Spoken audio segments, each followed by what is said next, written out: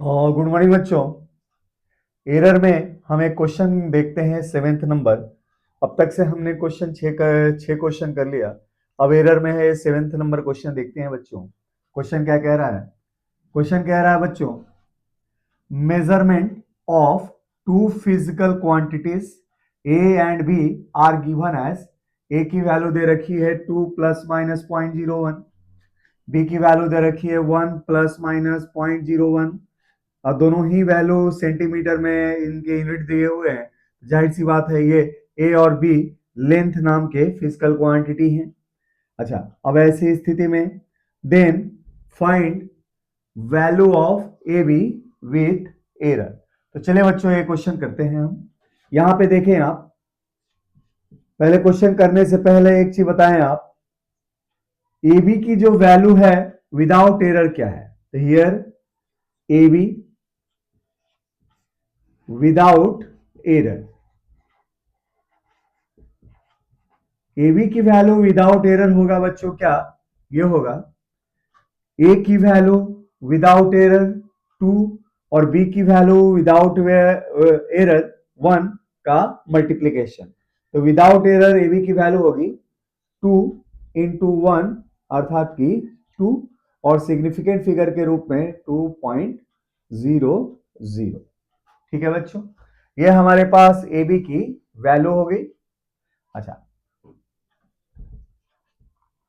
अब इसके बाद आपको तो निकालना है क्या, ए बी की वैल्यू विथ एरर। तो ए बी के कैलकुलेशन में इसकी वैल्यू तो इतनी आई। अब देखते हैं ए बी में एरर कितना है। तो इसके लिए हमने क्या एज्यूम किया, लेट y नाम की फिजिकल क्वांटिटी a और b के मल्टीप्लीकेशन से मिलने वाली क्वांटिटी ए बी को रिप्रेजेंट करता है।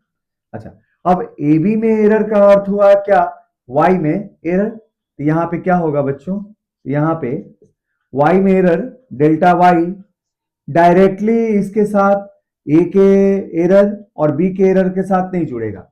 मैंने आपको बताया है कि अगर दो फिजिकल क्वांटिटी मल्टीप्लाइड फॉर्म में है और वो किसी तीसरी फिजिकल क्वांटिटी से दिखाया जाए ऐसे y equal to A B, तो हम y में जो एरर है उसको a और b में एरर के साथ डायरेक्टली नहीं रिलेट करेंगे। तो मल्टीप्लीकेशन के केस में हम फ्रैक्शनल एरर या रिलेटिव एरर को एक दूसरे के साथ रिलेट करते हैं। और कैसे करते हैं, तो fractional error in y delta y upon y equal to fractional error in A plus fractional error in B. अच्छा, हमें तो चाहिए क्या, ए बी की वैल्यू अर्थात कि y की तो वैल्यू हम निकाल चुके हैं। यहाँ ए बी की वैल्यू विदाउट एरर कितना आप लोगों ने निकाला है, या आप लोगों ने 2 निकाला है।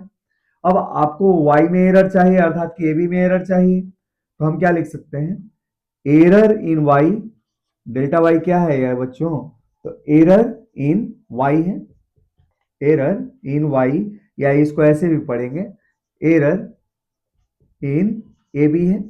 ठीक है बच्चों।